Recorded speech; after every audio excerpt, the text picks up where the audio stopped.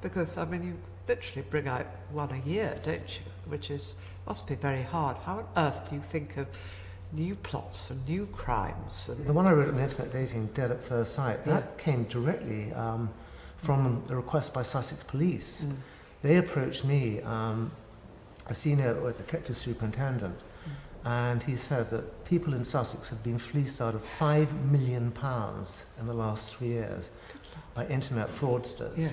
Would I consider writing a Roy Grace thriller set in their background? And if I did, they would give me as much research help as they could. They would show me the files, obviously no names, but they'd show me them out. And there was one lady in Sussex, £4 million. 4 million? And there was several at 400,000, 200,000. You could go, if you wanted to, you could enroll in one of 11 schools in the capital of Ghana and learn to be an internet scammer. Good Lord. You actually get a doctorate in it. Which would actually learn how to... And they'll send their students over to England to learn about football. So that if you're a guy and you're seeking a new lady in your life, she'll be able to talk about Brighton and Hove Albion or Arsenal, and ditto the other way. Dead Tomorrow, the one that we're shooting right now, I sat next to at a dinner party a documentary maker called Kate Blewett. She also known as Bongo Burley.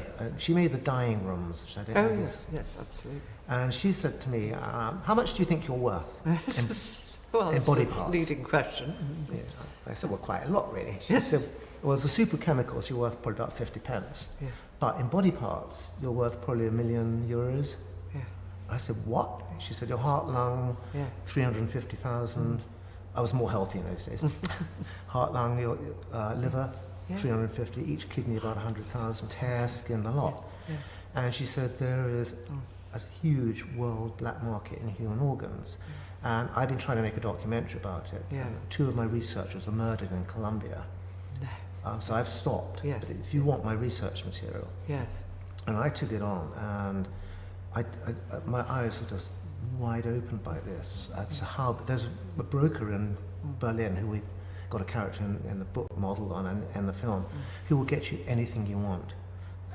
And in Colombia, the police will lock up street kids, give them to an orphanage, they get a backhander. The orphanage brings them up aged 15, 16, and then somebody needs a liver, rich American, and they find a match, and that child will be killed, and the organs harvested and sold around the world. I went to Romania as part of my research, where there's 10,000 kids living homeless. Because that's where the kid came from, wasn't it? Yes. And there's a wonderful former English police officer called Ian Tilling. His son was killed on a motorbike. His life fell apart. He went to Romania and started a hostel for homeless. And he introduced me to this girl. And I met her, and she looked 47, a bad 47. She was actually 17. And she told me that, through a translator, that she had been offered a job working in a nightclub in London, lovely flat, big salary. All she had to do was have a medical. 2 days later, she finds herself lying in the gutter, waking up, row of stitches down one side, and found out she'd had a kidney taken. God, terrifying. I mean, I didn't know anything about it till I read your book, and I thought, well, is this really true, or is it, a bit of artistic license? But it is absolutely true. In all my books, I try to write from three perspectives. Firstly, the perspective of the villain. Equally importantly, of the victim. And then the police investigating. And the lives of the officers, because they are affected. Most police officers I know, I'll say, one of the questions I say, do you think you've changed during the 20 years you've been in the force? And they go, more cynical. Well, you must be, after all the terrible things that they witness. But do you ever go into a prison and interview a villain and sort of get inside their heads?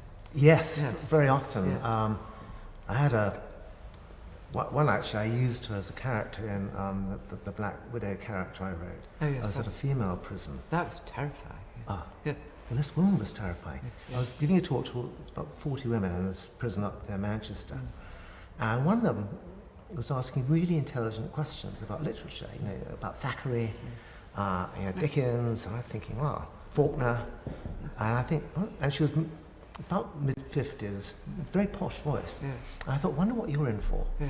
So I made a beeline for her afterwards, and I never say, what have you done? It's not etiquette. Yeah. So I said, well, how much longer do you have to go? And she said, 9.5 more bloody years. And it's just not fair. There's a woman in London did exactly what I did, and she's only got 6 more years to go. I said, oh, what brought you in here? So I poisoned my mother-in-law, the old bag. Don't believe it. I said, really? She said, well, yeah, the thing was, she went into hospital to die, so I embezzled her bank account. The bloody woman didn't die, she came out home. I realised she'd find out, so I realised I had to poison her. Then I realised my husband would find out, so I poisoned him too. And I was being taken out, and I said to the officer, is this for real? He said, yes, sir. Husband was 3 months on life support, he's got permanent brain damage, and she's just angry about the length of her sentence. And I thought, you have to be a character. So I made her Jodie Bentley, and yeah. Oh, that is, yes, I do. How riveting. So you talk to a lot of people. Yes. I do think a lot of people who kind of go down that criminal route, if they've taken a different path in life, they could be very successful. You know, Yeah, because they have very good brains, obviously. Yeah.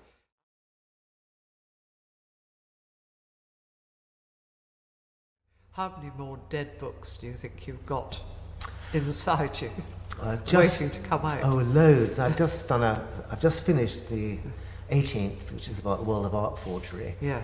And I'm just starting the 19th, which is about illegal puppy farming.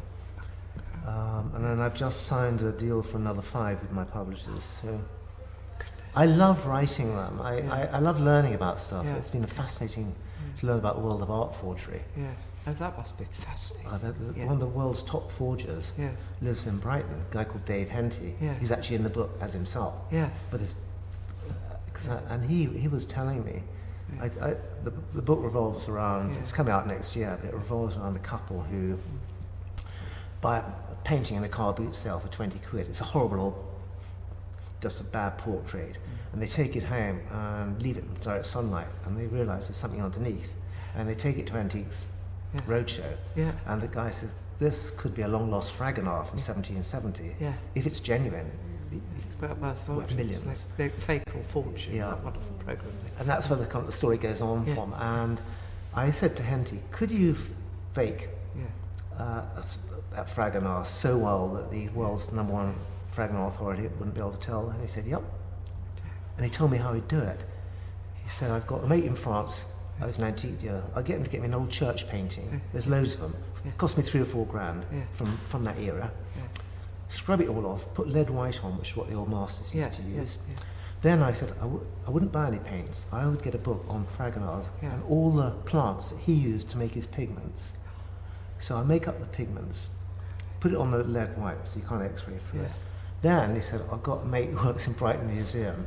I'll get him to get me some clothing fibres from a smock of that era, and I mix the fibres in with the paint. So that if you carbon date it or spectrogram it, it's going to show up the period. How extraordinary. Then I leave it in front of a wood-burning stove for 2 weeks, gets all the craquelure. Then I've got this mate Billy the Brush, Mumford, he's another forger. He's got a mate who smokes 60 fags a day. Leave it in his house for 2 months and it gets all the patina. Then just have to sort out the back of it, you know, and make that look. But was he a sort of criminal? Was he? He grew up in a sink estate in Brighton and Malton. His dad took him burgling at the age of 9. They crawl through windows.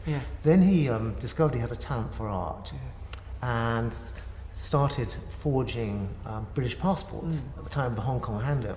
He was minting it. He sold 3,000 at £1,000 each. Bought a castle in Scotland. He had one fatal flaw, he couldn't spell.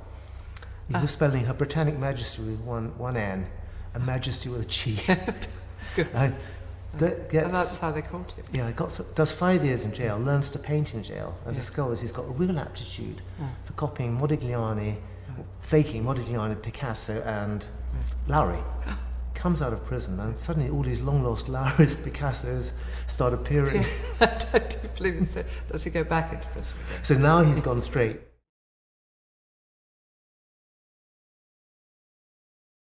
What got you on to Roy Grace and the dead books?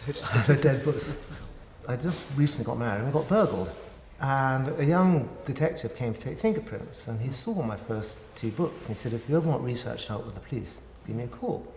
And he was married to a detective. His name was Mike Harris, and he was at Brighton Police Station. And his wife was also a detective. And my then wife was a lawyer, and we became friends with them. And they invited us one day to a barbecue at their house in East Brighton. And there were 12 of their friends there, and they were all police officers. There was response, homicide, traffic, neighbourhood. And just talking to these people, I thought, you know, from a writer's standpoint, nobody sees more of human life in a 30-year career than a police officer.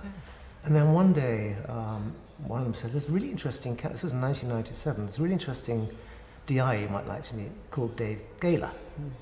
And I went into his office, and I've never seen an office so untidy. It was just full of blue and green plastic crates bulging with manila folders. And I could just see this balding dome at the back. And I said, oh, are you moving? And he said, no. He said, I am a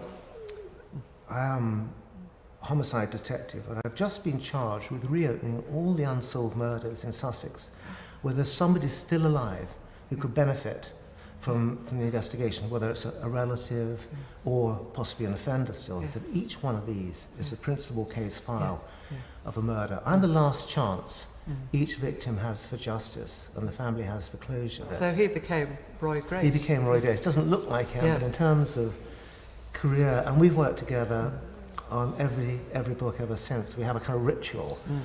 We sit at this corner table in a pub near Henfield with a moleskin notebook, and we kind of plan the basic theme of the book. And then he reads every 100, 150 pages, tells me how Roy Grace would really think as a police officer, you know, from a cop's perspective, and that helps me with the authenticity. I can see that. So you really sort of get inside his head. Yes. Yeah. And all the forensic side is always so interesting. I remember when it started in the footprints, the man who was able to tell from the footprints. Hayden Kelly. Yes. Yeah, and is he a real character? He is a real character. He was Dean of Podiatry at Plymouth. I love in the books, police and villains are always playing a game of catch-up. Either the villains get ahead, then the police in terms of technology. And Hayden, I met him about 10 years ago, and he said, I have just had the first conviction on forensic gait analysis, where basically he could, from your footprint on, say, grass or sand, he could pick you out walking in a street just by running it through. Everybody's obviously got a different gait. It's as unique as their DNA. And I find, I love that aspect of technology and how it evolves all the time in crime fighting. I can visualise Roy Grace, how I think he looks, and I think actually John Sim does look very like what I imagine. That's music to my ears, because he is how I imagined Roy looking when I first created Roy. When ITV came up with a cast list, and I saw John's name on the list, I said, it's John. That's the one. And Kevin Liger said, said, he's our first choice too. And thank God he said yes. And it's been such a happy relationship.